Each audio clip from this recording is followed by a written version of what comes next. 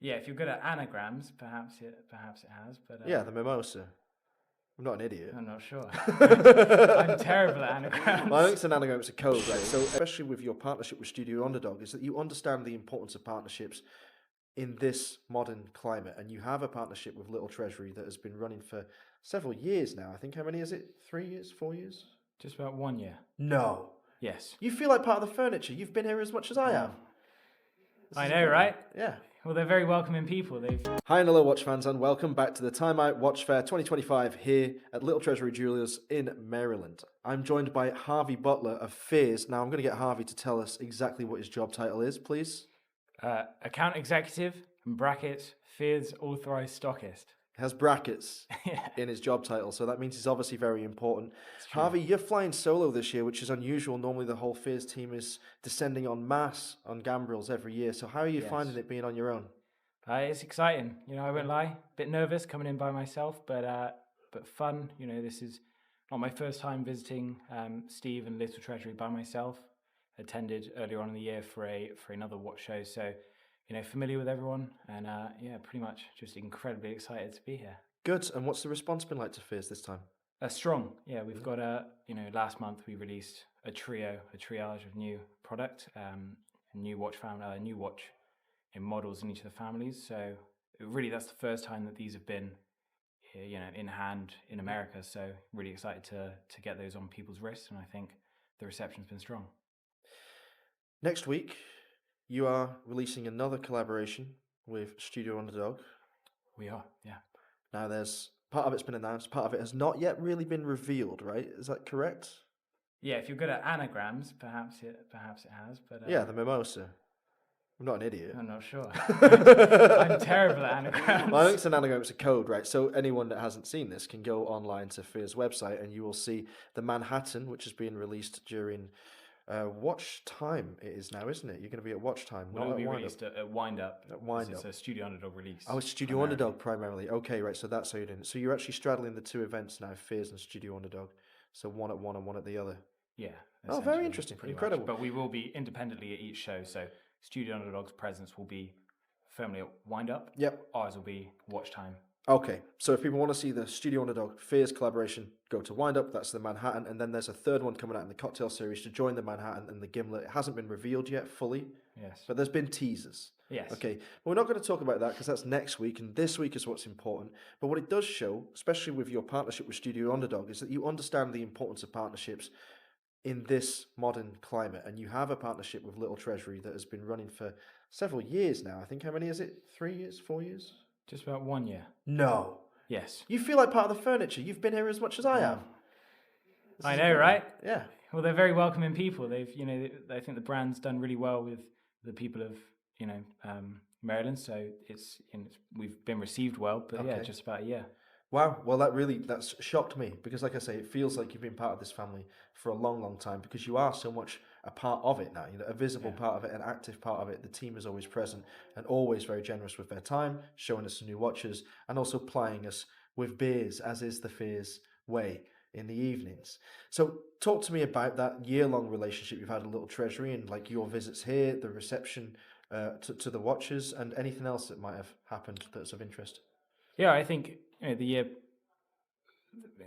relationship began truly with Nicholas and Daniel. So they had laid the groundwork and really kind of cemented this relationship and put the scaffolding up, as it were, to grow and grow into it. I think as far as our relationship with Little Treasury is concerned, is we're incredibly appreciative.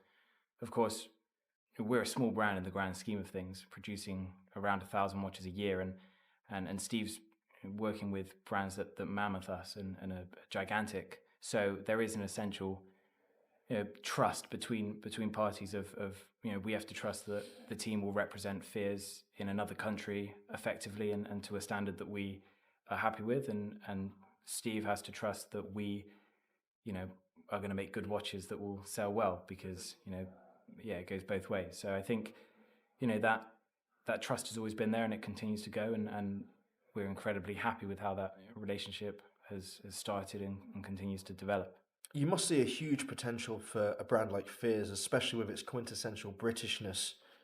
I mean, look at the way you're dressed. Fantastic as always, impeccable. I'm sure Nicholas will be very proud of you representing the brand as it is. Have you seen it start to gain traction over here? Yeah, certainly. I think, well, not I think, it's evident that the watches only go so far on a screen, and the way to grow is get watches on wrist and really feel and touch the watches in person. And you can do that by going over with a briefcase of watches and going door to door, but ultimately that's retailers. Little Treasury has a devout fan base and client list that these are lovely people, and they're of course aware of fears, but until they take the watch out and try it on in person, that's really when the deal is done. So I think it's been incredibly beneficial for us to have this relationship. Have you noticed that certain models are more popular here than back home? Definitely, yeah, Really? certainly. I think it's one of those things you don't expect until you see it, but in hindsight, it makes perfect sense. We have models that are kind of the classic fears, or would be your first fears if you're getting into the brand. The polar white and the more British things, and I think that resonates incredibly well with with international clients, because ultimately they're buying into this brand and this romance of being one of Britain's oldest watch companies. And so on that sense, you've got there.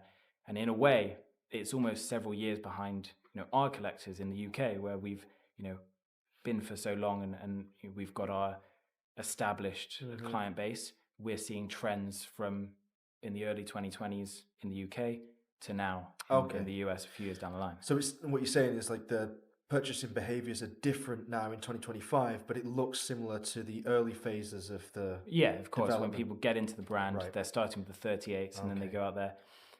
Must be said that the Coral has done particularly well. The Coral Jump Hour in the US, I think the bolder of the dial options are always a bit more successful in America.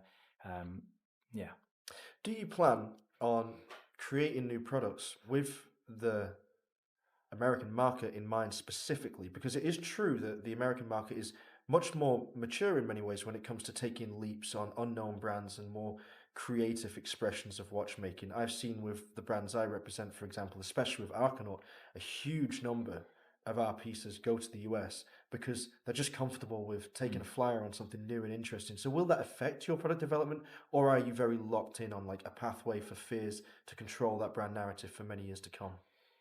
I think it's certainly it contributes into the conversation. Really, a conversation more to be had with the design team. But with that being said, our knowledge of America as it is now, it will have have implications on the design, because we want to create a commercially viable watch for an international market, and a big portion of that market is America. So what we find with certain pieces, of course, I'm sure we'll make watches that are